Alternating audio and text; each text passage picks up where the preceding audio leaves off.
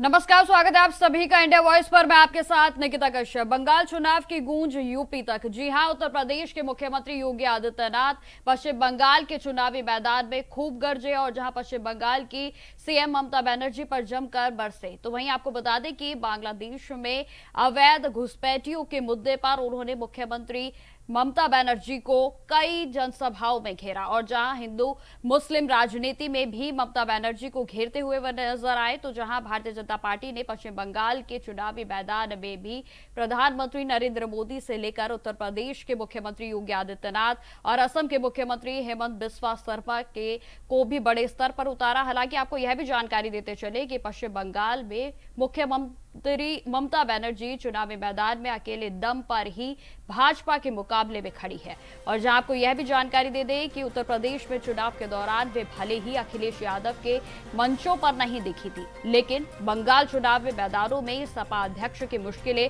अब लगातार बढ़ती हुई नजर आ रही हैं, क्योंकि देखिए कहीं ना कहीं बंगाल चुनाव में मंच से दूरी जो है वो अखिलेश यादव की देखने को मिली और जहां मुख्यमंत्री योगी आदित्यनाथ के पश्चिम बंगाल में आक्रामक प्रचार और अखिलेश यादव के अलग थलग रहने को लेकर भी अब उत्तर प्रदेश के राजनीतिक गलियारों में चर्चाएं तेज हो गई हैं। पश्चिम बंगाल में जिस तरह से भारतीय जनता पार्टी ने हिंदुत्व और गौ माता की रक्षा जैसे मुद्दों को जोरदार तरीके से उठाया, ऐसे में अखिलेश यादव ममता बनर्जी के पक्ष में खड़े होकर इन मुद्दों को उत्तर प्रदेश की राजनीति के मैदान में लाने से बचते हुए भी नजर आ रहे हैं। पिछले दिनों में उन्होंने लगातार जो है पिछड़ा दलित अल्पसंख्यक यानी कि पीडीए की पॉलिटिक्स के जरिए भी भारतीय जनता पार्टी को घेरने की कोशिश की थी। तो वहीं हालिया में आज जिस तरीके से पश्चिम बंगाल में वोटिंग चल रही है, तो इसी बीच अखिलेश यादव का बयान भी सामने आया है, जहां उनकी ओर से कहा गया है कि एक ऐतिहासिक हार की ओर भारतीय जनता पार्टी लगातार आगे की ओर बढ़ रही है। तो ये बड़ी बात और बड़ा बयान उनकी ओर से दिया गया है। अब देखिए, ये तो आगे आने वाला समय ही बताएगा, निर्धारित करेगा कि जो इसका परिणाम होगा वो आखिर क्या होगा, लेकिन राजनीतिक हलके में इस समय पूरे तरीके से आरोप और प्रत्यारोप की राजनीति अपने चरम पर है। जहां सबसे पहले मैं आपको सुनाती हूं कि आज अखिलेश यादव की ओर से क्या कुछ कहा गया है और उसके बाद हम अपनी चर्चा को आगे बढ़ाएंगे। हार की तरफ भारतीय जनता पार्टी जा रही है। विपक्ष की और खासकर समाजवादी पार्टी की मांग है जनगणना के साथ साथ जाति गणना हो, और जब जाति गणना हो जाएगी तो समाज में हम किन पॉलिसीज के माध्यम से, किन कार्यक्रमों के माध्यम से जो बहुत सारे पीछे छूट गए, जो शोषित वंचित लोग हैं, उन तक हक सम्मान दिलाने का प्रयास करेंगे और उन्हें मिल सकेगा हक और सम्मान। क्योंकि बाबा साहब भीमराव अम्बेडकर जी का जो आरक्षण की व्यवस्था है, जो लोकतांत्रिक व्यवस्था है, उस पर भरोसा ये भारतीय जनता पार्टी नहीं करती। तो जिस तरीके से आपने सुना कि अखिलेश यादव की ओर से साफ तौर पर आज भारतीय जनता पार्टी पर कटाक्ष कसते हुए उन्होंने कहा कि पश्चिम बंगाल में एक ऐतिहासिक हार की ओर लगातार भारतीय जनता पार्टी बढ़ रही है, तो ये बात उनकी ओर से कही गई है। हालांकि आपको बताते चले कि पश्चिम बंगाल में जिस तरीके से भारतीय जनता पार्टी की ओर से पूरे दमखम के साथ चुनावी प्रचार किया गया, जिसमें कि खासतौर पर मुख्यमंत्री योगी आदित्यनाथ की जो जनसभाएं हैं वे चर्चा का विषय रही और जहां आपको यह भी बताते चले कि योगी के मॉडल यानी कि यूपी मॉडल को लेकर भी खासा जो प्रभाव है वो पश्चिम बंगाल में देखने को मिला। जहां आपको बताते चले कि एक समय था जब गुजरात मॉडल का उदाहरण दिया जाता था, तो वहीं आज समय है कि जहां उत्तर प्रदेश के योगी मॉडल का उदाहरण दिया जाता है और जहां भारतीय जनता पार्टी की सरकार जो है वो अब हर तरीके से यह प्रदर्शित करने की कोशिश करती है कि देश के हर राज्य में योगी मॉडल को स्थापित किया जाए। और कहीं ना कहीं जिस तरीके से लॉ एंड ऑर्डर की जब बात आती है तो उत्तर प्रदेश का बुलडोजर भी पूरे तरीके से विख्यात है और इसी विषय पर चर्चा करने के लिए हमारे साथ हमारे मेहमान भी जुड़ गए हैं, जिसमें हमारे साथ जुड़ गए हैं आशीष शर्मा जी, नेता हैं बीजेपी से। सर, आपका बहुत बहुत स्वागत है चैनल पर। वही हमारे साथ राकेश अहीर जी जुड़ गए हैं, प्रवक्ता हैं समाजवादी पार्टी से। सर, आपका भी बहुत बहुत स्वागत है चैनल पर। राकेश जी, आज चर्चा की शुरुआत आपसे ही होगी। तो राकेश जी, जिस तरीके से अखिलेश यादव जी की ओर से बड़ा बयान आज दिया गया है, उन्होंने कहा है कि एक ऐतिहासिक हार की ओर भारतीय जनता पार्टी बढ़ रही है। राकेश जी। निकिता जी, भारतीय जनता पार्टी वाकई में हार की तरफ एक कदम बढ़ रही है। यह निश्चित रूप से हारने की कगार पे खड़ी है और लोकतंत्र में पहली बार बंगाल की धरती पे या बंगाल के सड़कों पे सीआरपीएफ का टैंकर और बख्तर जब से जो बॉर्डर पर खड़े होते हैं, हमारे टैंकर और बख्तर जो बॉर्डर पे खड़े होते हैं, वो बंगाल की सड़कों पे लाया गया और ये बंगाल की जनता नकार चुकी है। और ये बंगाल में पूरी सरकारी जितना तंत्र है उसका दुरुपयोग कर रहे हैं। और आप निश्चित रूप से सोचिए कि जिस बंगाल के चुनाव, आज पहला चरण चुनाव हुआ, उस बंगाल में 14,28,000 वोट जो है मतदाता लिस्ट में नहीं है। कल उसकी सुनवाई है सुप्रीम कोर्ट में। तो आप सोचिए कि भारतीय जनता पार्टी और चुनाव है कितना डरा हुआ है कि मतदान करने से रोका जा रहा है किसी को। अभी इनके एक सुपेंद्रू सरकार जो है उम्मीदवार हैं बीजेपी के, जनता उनको खदेड़ ली, बूथ से नहीं जाने दी। आप सोचिए कि जनता इनके पास कुछ नहीं है, इनके पास कोई विजन नहीं है। आप अपने अभी इंट्रो में बता रहे थे कि यूपी मॉडल की चर्चा बंगाल में हो रही थी। 9 सालों में आशीष शर्मा नहीं बता पाएंगे कि उत्तर प्रदेश में ऐसा क्या विकास किया, क्या बिजली घर इन्होंने लगाया, क्या अस्पताल की बढ़ोतरी किया, क्या नौकरियों में बढ़ोतरी किया, कि क्या शिक्षा और लॉ एंड ऑर्डर की जो बात करें, लॉ एंड ऑर्डर तो इतनी खस्ता है कि गाजीपुर में विश्वकर्मा समाज की बेटी के साथ निर्मम हत्या कर दी जा रही है, हरदोई में हत्या कर दी जा रही है, बाराबंकी में कर दी जा रही है और तमाम जगह ऐसी है जहां हत्याएं हो रही हैं बेटियों की। तो ये भारतीय जनता पार्टी है, निश्चित रूप से हार रही है। आप बताइए, इनके एक मुख्यमंत्री हैं, चुनाव में उनको कोई योजना और कोई बात करने की जरूरत नहीं है। हेमंत विश्वकर्मा वो कह रहा है कि मैं दीदी से 2 किलो ज्यादा मांस खा लूंगा।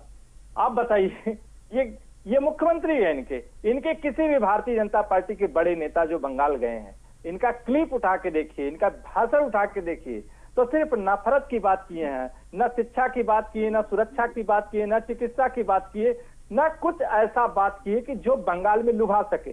प्रधानमंत्री जी जिस झालमुड़ी की बात करने गए थे या जिस झालमुड़ी को खाए थे, 1 मिनट आप सोचिए, मैं तो सोचता हूँ प्रधानमंत्री जी अगर सिनेमा घर में होते तो शायद जो महानायक अमिताभ बच्चन है वो पीछे हो जाते। एसपीजी कमांडो इनकी सुरक्षा में जो काम करते हैं उनको लगा के झालमुड़ी में टीआरपी बना लिए। और वो दुकान पता है कौन बनाया था? वो दुकान दीदी ने बनाई थी। तो ये है भारतीय जनता पार्टी की हकीकत। और इसीलिए ये जानते हैं कि हमारी वहां जमीन नहीं है। आप बताइए कि मैं देख रहा था कि एक इंटरव्यू में गृह मंत्री जी को जो पूछा गया कि आप अगर सत्ता में आएंगे तो बंगाल को क्या बेहतर करेंगे, क्या बेहतर देंगे, तो पता है क्या बताएं? केवल नफरत हिंदू और मुसलमान, इनके अलावा इनके पास कोई ऐसी विजन नहीं। चलिए ठीक है राकेश जी, दोबारा से आपके पास आऊंगे। आशीष जी आपके और आना चाहूंगी। राकेश जी की भी तमाम बातें आपने सुनी और जहां योगी मॉडल पर राकेश जी की ओर से जो है कटाक्ष कसा गया। आशीष जी आप अपनी प्रतिक्रिया दें पहली। धन्यवाद। राकेश जी जैसा अभी कह रहे थे, उन्होंने अपने वक्तव्य के प्रथम चरण में कहा कि बड़ी विजय की ओर हम लोग बंगाल में, यानी इनका अलायंस, तथा कथित अलायंस, क्योंकि अलायंस तो है नहीं, क्योंकि समाजवादी पार्टी के जो शीर्ष नेता है उनमें से कोई भी बंगाल चुनाव में कैंपेन करता हुआ दिखाई नहीं दे रहा है, तो इसलिए मैं तथा कथित अलायंस कहूंगा। पहली बात, अपने वक्तव्य के प्रथम खंड में इन्होंने कहा, राकेश जी ने, कि बड़ी विजय की ओर हमारा अलायंस वहां पर बढ़ रहा है। और ठीक उसके बाद इन्होंने काउंटर किया कि वहां पर मशीनरी का दुरुपयोग हो रहा है और तंत्र का दुरुपयोग हो रहा है। तो दोनों बातें कितनी विरोधाभासी है। अगर आप अच्छे विजय की ओर बढ़ रहे हैं तो आपको ये हताशा क्यों हो रही है कि सरकारी तंत्र का कोई उपयोग हो रहा है? ये अनर्गल प्रलाप करने की आवश्यकता क्यों पड़ रही है? आपको तो पसंद होना चाहिए। और रही बात जो आपने उत्तर प्रदेश में लॉ एंड ऑर्डर की बात की, तो ये बातें, लॉ एंड ऑर्डर की बात करना, उसकी दुहाई देना समाजवादी पार्टी के मुंह से शोभा नहीं देता है, क्योंकि ये वही समाजवादी पार्टी है जिसकी सरकार में पीओ स्तर के अधिकारी को राजधानी के हजरतगंज जैसे क्षेत्र में बोनट पे बैठा के घुमाया जाता है और 1 डिस्ट्रिक्ट 1 माफिया का खिताब इनकी सरकार में लॉ एंड ऑर्डर के नाम पर दिया जाता है। तो इनके मुंह से लॉ एंड ऑर्डर की बातें शोभा नहीं देती हैं। और आप आम जनमानस से पूछिए, जिस तरह से आज बहन बेटियां हमारी अपने आप को सुरक्षित महसूस कर रही हैं, उत्तर प्रदेश का व्यापारी अपने आप को सुरक्षित महसूस कर रहा है, तो उसका इनके पास जवाब नहीं है। और रही बात, इन्होंने अमित शाह जी का नाम लिया और उन पर आरोप लगा रहे हैं कि उन्होंने नफरत की बात की। क्या उन्होंने घुसपैठ की बात नहीं की? क्या उन्होंने बांग्लादेशी घुसपैठ को रोकने की बात नहीं की? क्या उन्होंने बंगाल की जो आत्महत्या है उसको जीवंत करने की बात नहीं की? आशीष जी, लेकिन देखिए, मुख्यतः भारतीय जनता पार्टी पर जो विपक्ष की ओर से आरोप लगाए जाते हैं वो हिंदू मुस्लिम की राजनीति करने के लगाए जाते हैं। और ये बात आप भी जानते हैं कि बंगाल में जितने भी चुनावी जनसभा हुई, हिंदू मुस्लिम का जो मुद्दा है वो भी भारतीय जनता पार्टी की ओर से उठाया तो गया ही है। क्या हिंदू इस देश का नागरिक नहीं है? क्या हिंदुओं को सामान्य रूप से जीवन जीने का अधिकार नहीं है? मुस्लिम तुष्टीकरण के नाम पे हिंदुओं का अत्याचार होगा, क्या भारतीय जनता पार्टी इस पर चुप रहेगी? बिल्कुल हम लोग चुप नहीं रहेंगे। और ममता दीदी जिस तरह से वहां पर मुस्लिम तुष्टीकरण के नाम पे हमारे वर्ग को परेशान करने का काम कर रही है, हमारा समाज और बंगाल से प्रेम करने वाले लोग इस बार उनके छद्म राजनीति को समझ चुके हैं। और ये उनकी बौखलाहट ये है जो अभी आपने देखा होगा कि आज के समाचार पत्रों में छपा है कि ईडी के छापे में जाके स्वयं वो शामिल हो जा रही, सुप्रीम कोर्ट की डांट का सामना उनको करना पड़ रहा है। ये उनकी बौखलाहट है जो आने वाली इस बात को दिखाई देती है कि चुनाव में उनकी कितनी बुरी पोजीशन होने वाली है। तो इस बार अपनी समाज अपने ठीक है आशीष जी, मैं राकेश जी से जवाब ले लेती हूँ। राकेश जी, बात तो देखिए बिल्कुल सही है। क्या हिंदुओं के मुद्दे पर बात करना गलत है? पीडीए के सहारे आप लोग भी तो पिछड़े दल की बातों को लाते हैं ना सामने। वोट बैंक बटोरने का तो आप भी एक जरिया जो है वो पीडीए को आप लोगों ने बनाया हुआ है। राकेश जी, तो हम कह रहे हैं निकिता जी, क्या पीडीए हिंदू नहीं है? क्या कहना चाह रहे हैं कि पीडीए हिंदू नहीं है? हिंदुओं के सर्टिफिकेट तो फिर आप लोग ही लेते हैं ना हिंदू मुस्लिम का नाम। तो दरअसल आप विपक्ष ही तो आरोप लगाता है। अरे निकिता जी, आप साथ फिर नहीं राकेश जी, विपक्ष ही तो कहता है ना कि हिंदू मुस्लिम करने के सिवा भारतीय जनता पार्टी के पास कोई काम नहीं है। कि आपके पीडीए की भाषा में ब्राह्मण है कि नहीं है? आपके पीडीए की परिभाषा में क्षत्रिय है कि नहीं? आप तमिलनाडु में कितने ब्राह्मण को टिकट दिए? तमिलनाडु में कितने ब्राह्मण को आप लड़ाए? जरा हमें आप बताइए। टिकट देना अगर नहीं बताइए ना। अखिलेश यादव जी कब घोषित करेंगे? नहीं बताइए, आप कितने ब्राह्मण को आपने तमिलनाडु में टिकट दिया? बताइए। से नहीं होगा, कोई दूसरा होगा। नहीं बताइए। जानकारी जब लेके नहीं बैठते हैं तो आप केवल बस जो है सिबुका मत छोड़ा करिए। ये सिनेमा घर नहीं है, इंडिया आवाज के नेशनल चैनल है। यादव परिवार से नहीं होगा। इनको शांत कराइए, इनको शांत कराइए। पीडीए का एक नौजवान लेके आइए और घोषित करिए कि उत्तर प्रदेश में ये हमारे मुख्यमंत्री के चेहरा होंगे, इनके चेहरे पर हम लोग चुनाव लड़ेंगे। अगर हिम्मत है तो आप इस चैनल का बयान देके दिखाइए। इस बार मुलायम सिंह यादव जी के परिवार से कोई नहीं, एक सामान्य कार्यकर्ता जो पीडीए का होगा वो हमारे मुख्यमंत्री का फेस होगा, उसके बल पर हम 27 में चुनाव लड़ेंगे। आप कह के दिखाइए चैनल पर। मैं आपको चुनौती देता हूं, आप कह के दिखाइए चैनल पर। आप पीडीए के नाम पे बताए राकेश जी, हिंदुओं को बांट कर राजनीति जवाब दीजिए आशीष जी के सवाल का। अब ये डिबेट बंगाल की है। जब उत्तर प्रदेश के लोग बात करेंगे तो लॉ एंड ऑर्डर पर भी बात करेंगे, विकास से भी बात करेंगे और आपके पीडीए पर भी बात करेंगे। जी राकेश जी, और कुछ कह रहे हैं आशीष भाई को मैं सुन रहा हूँ बहुत।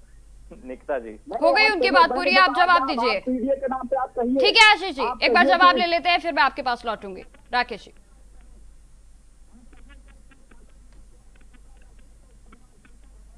का चेहरा होगा, आप कहिए। राकेश जी, आपकी चुप्पी जो है वो जवाब दे रही है। चैनल पे हम इसीलिए नहीं बैठते कि संवाद जब एक राकेश जी, अब आपकी चुप्पी जवाब दे रही है। मैं आपसे इतनी देर से बोल रही हूँ, आप जवाब दीजिए। अब आप जवाब नहीं दे रहे हैं। तरफा हो जाता है तब ये लगता है कि यही है गोदी मीडिया। अब देखिए, जब आपके पास जवाब नहीं होता है तो आप मेरे ऊपर आ जाते हैं। आप यही करते हैं, आप मेरे साथ हर डिबेट में यही करते हैं। जब आपके पास किसी सवाल का जवाब नहीं होता है तो आप घूम फिर कर मेरे ऊपर आ जाते हैं या चैनल के ऊपर आ जाते हैं, गोदी मीडिया जैसी बातें करने लगते हैं। खैर राकेश जी, देखिए, अगर आपके पास जवाब नहीं है तो मैं सवाल बदल देती हूँ। कैटेगरी में बैठाई है, मैं प्रवक्ता हूँ। ये किसी को लाकर बैठा दीजिए मेरे कैटेगरी में। मैं आपको सम्मान रिस्पेक्ट करता हूँ आपके चैनल का। हमारे कैटेगरी में बैठा के आप इनको लगातार बोलने दे रही हैं। और राकेश जी, मैंने तो आपको भी पूरा अवसर दिया, मैंने आशीष जी को रोका भी। चलिए ठीक है, मैं अब आपसे पूछ रही हूँ। आशीष जी देखिए, अब आप चुप रहिएगा, नहीं तो मुझे ऑडियो डाउन करवाना पड़ेगा। पहले मैं राकेश जी का जवाब ले लूं। राकेश जी, अब आप जवाब दीजिए। उन्होंने कहा है कि क्या पीडीए में से अगर आगे आने वाले समय में समाजवादी पार्टी की सरकार बनती है तो क्या मुख्यमंत्री का चेहरा जो है वो पीडीए में से किसी का होगा? बताएं। हम कह रहे हैं कि शायद ये अखिलेश यादव जी का भाषण नहीं सुने कि अगर नियत साफ हो तो हमारे नेता ने कहा कि हम मुख्यमंत्री भी किसी को बना सकते हैं। और रही बात की ये राष्ट्रीय पार्टी के दावा करते हैं, हमारी क्षेत्रीय पार्टी ने जितना काम कर दिया, इतना दिल्ली और उत्तर प्रदेश के डबल इंजन की सरकार अभी तक उसी की फीता काट रहा है और नेम प्लेट लगा रहा है। और 8 साल 10 साल हो गए। 10 सालों में अगर 10 काम अगर ठीक से पूछ लिया जाए, जिनके पास 10 काम बताने को नहीं है, केवल झूठ बोलना, झूठ को परोसना, झूठ को प्रचारित करना, ये भारतीय जनता पार्टी का पहले से सिद्धांत रहा है। ये केवल झूठ की बुनियाद पर राजनीति करते हैं। जिस लॉ एंड ऑर्डर की बात करते हैं, ये शायद एनसीआरबी का डाटा देखना भूल जाते हैं कि उत्तर प्रदेश में महिला असुरक्षित है नंबर 1 पे, और हत्याएं प्रतिदिन 10 हत्याएं 10 रेप उत्तर प्रदेश में होता है। एनसीआरबी का डाटा ये देख के नहीं आए, इनको आप पता नहीं कहां से उठा के लाई हैं, पकड़ के बैठा दी हैं। केवल खतरई करना है, झूठ बोलना है।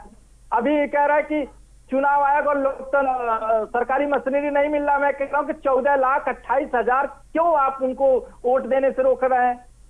क्या ऐसी जरूरत है चुनाव का? और जो बात कह रहे थे गृह मंत्री का, कि गृह मंत्री घुसपैठिए की बात कर रहे थे, अभी जब SIR हुआ 5-6 राज्यों में, तो कितने घुसपैठिए पाए गए? बिहार में पाए गए, उत्तर प्रदेश में पाए गए, कि जितने भी अन्य राज्य में हुए, यही तो भारतीय जनता पार्टी और चुनाव आयोग से लगातार विपक्ष पूछ रहा था। तब इनके पास कोई आंकड़ा नहीं था कि इतने घुसपैठिया पाए गए, ये है आंकड़ा। केवल घुसपैठिया नाम लेकर सिर्फ राजनीतिक मुद्दा बनाना। घुसपैठियों को हटाने के लिए जब SIR की प्रक्रिया होती है तो उस पर भी समाजवादी पार्टी को जो है फिर आपत्ति होती है। चलिए ठीक है, देखिए राकेश जी, लेकिन ये भी चीज गलत है। आप बार बार आशीष जी को ये कह रहे हैं कि आप कहां से ले आई हैं, कहां से बिठा दिया। देखिए थोड़ी गरिमा बनाकर रखिए, आप हमारे जैसे मेहमान है, वे भी हमारे मेहमान है। आप इस चीज की गरिमा को बनाए रखेंगे तो बेहतर रहेगा। आप वरिष्ठ हैं नेता, मुझे आपको समझाने की जरूरत नहीं है। ठीक है राकेश जी। आशीष जी, आपकी ओर आना चाहूंगी। देखिए लगातार जो है बीजेपी पर, खासतौर पर समाजवादी पार्टी की ओर से ये आरोप लगाए जाते हैं कि आप लोगों के पास जब काम गिराने की बात होती है तो 3-4 बातों के सिवा कुछ और होता नहीं है। या तो आप लोग धर्म की बातें करते हैं, या फिर आप लोगों से जो है ये घुसपैठियों की बात कर ली जाए। तो आप अपने काम ही गिना दीजिए जरा राकेश जी को। आप बताइए कि बंगाल की आंतरिक सुरक्षा चुनाव का मुद्दा होना चाहिए कि नहीं होना चाहिए?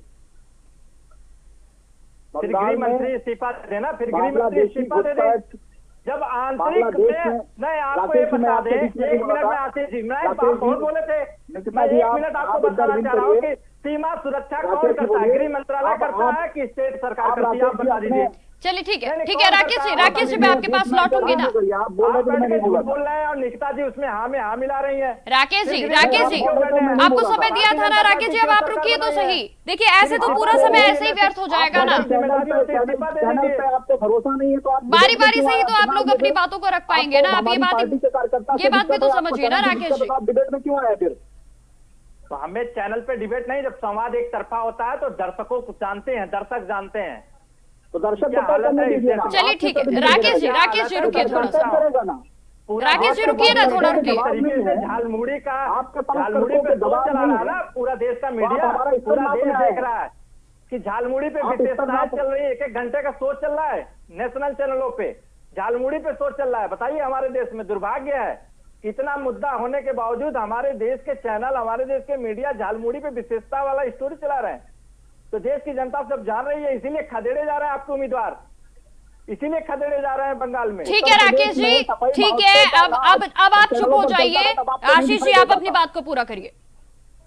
मैं कह रहा था, खैर इनको ये हक नहीं है कि किसी का पैमाना नापेंगे, किसी का स्तर नापेंगे। हमारी पार्टी हमारा तय करती है, और इनके पास तर्कों के जवाब जब नहीं होते हैं तो आदमी इस तरह की बातें करता है। इसके बिल्कुल को बहुत आहत नहीं हुआ हूँ। निकिता जी, मैं कहना चाहता हूँ तथ्यात्मक तौर पे कि बंगाल चुनाव में आज जिन सीटों पर 159 सीटों पर चुनाव हो रहा है, 2021 के मुकाबले में इस बार हमारी अच्छी बढ़त उससे होने वाली है। कारण यह है कि पिछले लोकसभा चुनाव के 2 चुनाव का अंतर जब देखेंगे तो उसमें सम्मिलित जो विधानसभा की सीटें हैं उससे जो हमारी बढ़त थी उसके अनुरूप हम कह सकते हैं 59 सीटें हमारी पहले से थी। और अब SIR के बाद जब जो बोगस वोटर थे, जो घुसपैठिए थे, या जो ऐसे लोग जो वोट बनने के पात्र नहीं थे, डमी वोटर्स थे, डुप्लीकेट वोटर्स थे, उनके फिल्ट्रेशन के बाद जब असली तस्वीर सामने आई है तो बंगाल की जनता को लोकतांत्रिक उत्सव में शामिल होने का एक अच्छा अवसर, एक फेयर चुनाव वहां पर होने जा रहा है। और एक अच्छा फेयर चुनाव होगा तो मुझे लगता है कि चुनाव भी अच्छा होगा और अच्छे लोग चुनकर आएंगे, सही तस्वीर सामने आएगी। तो ये बौखलाहट इसी बात के लिए है। उन आज जिन सीटों पर चुनाव हो रहा है 159 सीटों पर, उसमें से 13 सीटें ऐसी है जहां पर पिछले चुनाव में हमारी हार का अंतर सिर्फ 5000 था। आप औसत लगा लीजिए कि इन 13 सीटों पर एसआईआर के बाद जो घुसपैठिए या बोगस डुप्लीकेट वोटर हटे होंगे, जिनको तथाकथित मशीनरी वहां के लग के स्थानीय लोगों का इस्तेमाल करके ममता जी दीदी अपने अधिकारियों को लगाकर और अपनी गुंडागर्दी के बल पर उनको मतदाता बनाकर लेकिन अपने आशीष जी, चुनाव जो को- शुभेंदु सरकार की जो तस्वीरें सामने आई हैं, जिस तरीके से उन्हें खदेड़ा गया है पोलिंग बूथ पर जाने से, ये भी बेहद चिंताजनक है। इस तरह की गुंडागर्दी जब पहले तस्वीरें ज्यादा आती थी, ये सब इनकी बौखलाहट है इस बार की। आप याद करिए पहले के चुनाव में भारतीय जनता पार्टी के कार्यकर्ताओं को किस तरह से उनके साथ अत्याचार किया जाता था, मंदिरों पर किस तरह से टीएमसी के तथा कथित कार्यकर्ता, जिनको कार्यकर्ता भी नहीं कहा जा सकता है, जो वैचारिक नहीं थे, सिर्फ वहां पर अव्यवस्था फैलाने के नाम पर अराजकता फैलाने के लिए भेजे जाते थे, फिर वो अपना तांडव करते थे। तो आज एक अच्छा माहौल वहां पर तैयार हुआ है और जनता निकल रही है। राकेश जी से मैं कहूंगा बहुत अधीर ना हो, चुनाव होने दें, परिणाम आने दें, उसके बाद फिर हम लोग बैठेंगे चैनल पर, चलिए ठीक है आशीष जी, डिबेट करेंगे। ठीक है। अभी राकेश आप जी, अपनी अब आपकी ओर स्ट्रैटेजी- आना चाहूंगे, अब आप अपनी बात को पूरा करें। दरअसल निकिता जी ये कह रहे हैं कि 159 सीटों पे 152 सीटों पे चुनाव हो रहा है 15 जिलों में, और इनको पास तो ये है कि बस झूठ बोलने का, झूठ इनका खत्म हो गया, झूठ का जो पुलिंदा था वो 1 मिनट में ही ध्वस्त हो गया। ये अभी मंदिर की बात करें, बड़े मंदिर के शुभचिंतक थे, तो 1500 साल पुराना दिल्ली के केशव कुंज में आरएसएस दफ्तर के सामने पार्किंग नहीं था तो दिल्ली में तोड़ दिया गया। तो कहाँ गया इनका मंदिर प्रेम? क्यों नहीं सड़क पे उतरे? क्यों नहीं सड़क पे जाके जो है धरना दिए? ये केवल नकली सनातनी और नकली हिंदू की बात करते हैं। टीका लगा के मंगलवार हनुमान जी का सबसे महत्वपूर्ण व्रत होता है हनुमान जी का, उस दिन तो वोट के चक्कर में इनके सारे नेता मछली खा खा के खूब वीडियो बना रहे थे। अब वीडियो खूब अपने सोशल प्लेटफॉर्म पे डाले, तब नहीं दिखाई दिया कि मंगलवार है, आज हनुमान जी का जो व्रत है, आज हनुमान जी का दिन है। तो इनको सिर्फ वोट के लिए ये कितना भी स्तर तक अगर गिरना होगा ये गिर जाएंगे। आप देखिए कि इनके बड़े नेता एक आसाम में गए थे, वो कह रहे थे यहाँ अगर मैं जीत जाऊंगा तो भैंस दूंगा और एक गाय दूंगा। बताइए, देश की जनता को आप मूर्ख समझते हैं? अपने बेटे को तो बीसीसीआई का अध्यक्ष बनाएंगे और जो गरीब गुरबा किसान, पिछड़ा, दलित, आदिवासी, मजदूर किसान को आप गाय और भैंस पे वोट लेंगे? गाय और भैंस देकर आप जो है बिल्कुल चुनाव राकेश जी, जीतेंगे? देखिए समाजवादी पार्टी वैसे पश्चिम बंगाल के चुनावों के बारे में तो बहुत सब कुछ सोच रही है, लेकिन वहां की जनसभाओं में अखिलेश यादव एक बार भी नजर नहीं आए। देखिए एक चीज बता दें निकिता जी कि दीदी वहां सब पे भारी और भारतीय जनता पार्टी की पूरी मिशनरी। आप बताइए, अभी देखिए सर्च करके, 3 दिन पहले ईडी वहां छापा मार रही थी टीएमसी के नेताओं के, टीएमसी के घरों में, टीएमसी के कार्यकर्ताओं पे। अरे मैं कह रहा हूं जहां जहां चुनाव है वहीं क्यों छापा पड़ते हैं? छापा पहले क्यों नहीं पड़ते? छापा तो पहले भी पड़ना चाहिए ताकि ये सवाल ना आए, सवाल ना लोगों को उठे। जब चुनाव जिस स्टेट में आता है वहां घुसपैठिया पहुंच जाता है, वहां नक्सलवादी पहुंच जाते हैं, वहां पाकिस्तान का तार जुड़ा रहता है। तो मैं कहता हूं कि फिर गृह मंत्री और प्रधानमंत्री जी कर क्या रहे हैं 10 सालों से? ये नैतिक जिम्मेदारी और नैतिकता बची नहीं इन लोगों में, तो इन लोग इस्तीफा दे दें, अपनी इस्तीफा देकर जो है फिर दूसरे तो को राकेश जी, बनाएं। आप कहना चाह रहे हैं कि ना तो पुलिस प्रशासन, ना ही चुनाव आयोग और ना ही ईडी जैसी जो वो है प्रशासन के वो हैं अधिकारी हैं, वो बिल्कुल भी जो है वो एक तरफा काम कर रहे हैं। आप ये कहना चाहते हैं भारतीय जनता पार्टी के लिए भी काम कर रहे हैं, आप ये कहना अच्छा चाहते निकिता जी, मैं उदाहरण के साथ दे रहा हूं कि अभी जितने स्टेट में चुनाव हुए जहां भाजपा सरकार में है, क्या डीजीपी हटाए गए? क्या किसी अधिकारी को हटाया गया? उत्तर प्रदेश में भी चुनाव हुआ, लगातार समाजवादी पार्टी पत्र लिखती रही, लिखित में चुनाव आयोग को भेजती रही, क्या एक सिपाही उत्तर प्रदेश में हटाए गए? आपसे मैं जानना चाह रहा हूं, आप सीनियर पत्रकार हैं, मैं आपसे जानना चाहता हूं, क्या एक भी सिपाही उत्तर प्रदेश में हटाए गए या जहां भी भारतीय जनता पार्टी के सरकार थे वहां हटाए गए? चुनाव आयोग केवल वही एक्शन क्यों लेता है जहां भाजपा की सरकार बनवानी होती है? 14,28,000 लोगों को क्यों मतदान देने से रोका? क्या उनका लोकतंत्र में या संविधान में उनको राइट नहीं मिला है? उनका पासपोर्ट, पैन कार्ड और आधार कुछ दस्तावेज है, पुराने वो घर है। बताइए, फौज में जो फौजी रिटायर है उसका नाम नहीं है, क्या इसका मतलब वो फौजी भी देशद्रोही है? इनके आधार से, चुनाव आयोग के आधार से तो फिर वो जो तो राकेश जी, जब आप लोगों के पास इतने सब सबूत हैं तो फिर आप लोगों को तो फिर सुप्रीम कोर्ट जाना चाहिए। निकिता जी, यही तो सबसे बड़ी मीडिया का ट्रायल है।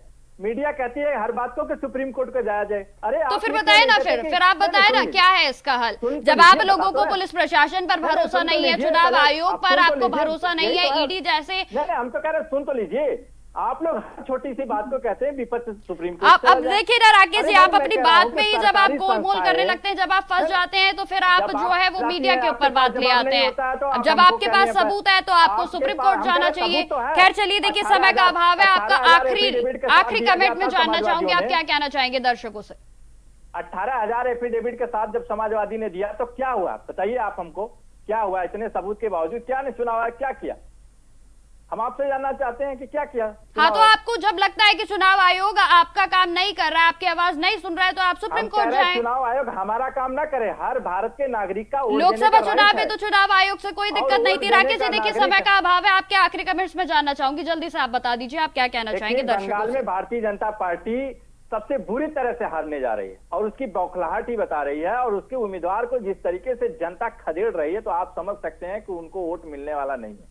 ठीक है और राकेश जी, ठीक उनकी है। जो है आशीष जी, बहकावे आपके में कोई आखिरी आने वाला कमेंट्स जानना चाहूंगी जल्दी से, समय का अभाव है, छोटा सा कमेंट। 2026 के विधानसभा चुनाव में जैसा आदरणीय अखिलेश जी ने कहा है, उसके ठीक विपरीत वहां पर एक वातावरण दिखाई पड़ रहा है। एक बड़ी विजय की ओर इस प्रथम चरण में भारतीय जनता पार्टी और उसके कैंडिडेट जीतने वाले हैं, और जनता में एक जो वातावरण है, एक सुरक्षित वातावरण में वो मतदान करने के लिए निकल रही है।